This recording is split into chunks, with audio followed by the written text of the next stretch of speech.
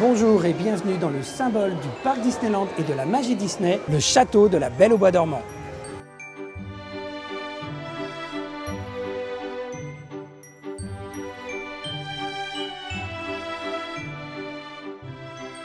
Depuis 1955, avec l'ouverture de Disneyland en Californie, tous les châteaux Disney, aux États-Unis ou en Asie, sont inspirés de châteaux européens.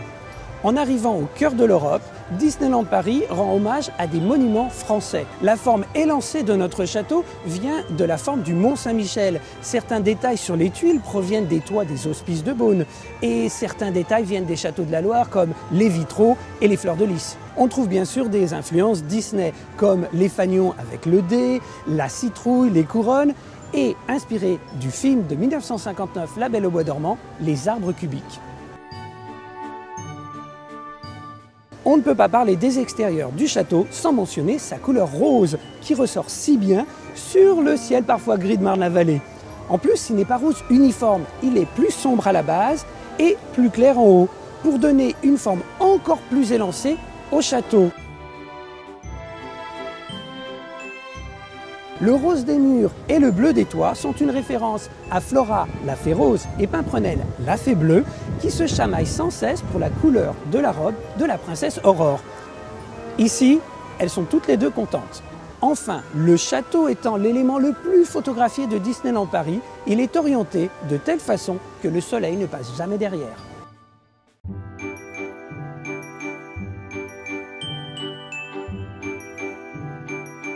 À l'intérieur, on raconte l'histoire de la Belle au Bois dormant. Comme dans le classique de 1959, l'histoire commence par l'ouverture de ce livre. L'histoire est racontée par l'intermédiaire de vitraux et de tapisseries. Mais attention, c'est comme un storyboard, il y a un sens. Arrivé en haut des escaliers, il faut aller sur la gauche. Nos vitraux ont été faits de façon médiévale. Un maître verrier britannique qui travaillait pour Westminster Abbey ou la rénovation de la rosace de Notre-Dame est sorti de sa retraite pour travailler sur nos vitraux, mais avec les couleurs et les personnages Disney.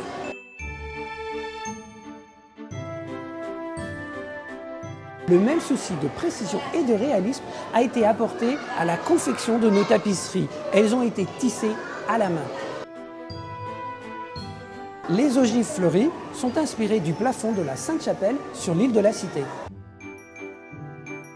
Pour rendre les scènes encore plus magiques, des accessoires et des effets spéciaux sont rajoutés aux scènes, comme par exemple ici, les rouets en train de brûler. Dans cette scène, Flora, Pâquerette et Pimprenelle endorment le royaume. Et donc, les deux chevaliers qui gardent la tapisserie sont endormis et on peut même les entendre ronfler. L'effet le plus magique, c'est sans conteste le vitrail qui se transforme de rose en colombe. La référence provient directement de la scène du baptême de la princesse Aurore, quand Flora, la fée rose, lui donne le don de la beauté, symbolisé par la rose. Et Pâquerette, la fée verte, lui donne le don de savoir chanter comme les oiseaux. À la boutique du château, on fait référence à la rencontre entre la princesse Aurore et son prince. Les animaux portent les bottes, la cape et le chapeau du prince Philippe. La maisonnette dans laquelle les trois fées cachent la princesse Aurore dans la forêt peut être visitée à la confiserie des trois fées. Quant à la boutique Merlin l'Enchanteur, ça, c'est une autre histoire. Enfin, le château est habité par des animaux fabuleux. Sur les toits, on trouve des escargots dorés en hommage à la Bourgogne. Et dans la caverne sous le château, l'impressionnant dragon était, à l'ouverture du parc, le plus gros audio animatronique au monde. Changement total de décor pour le prochain épisode. Et voici un indice sur l'univers dans lequel nous nous retrouverons. À bientôt!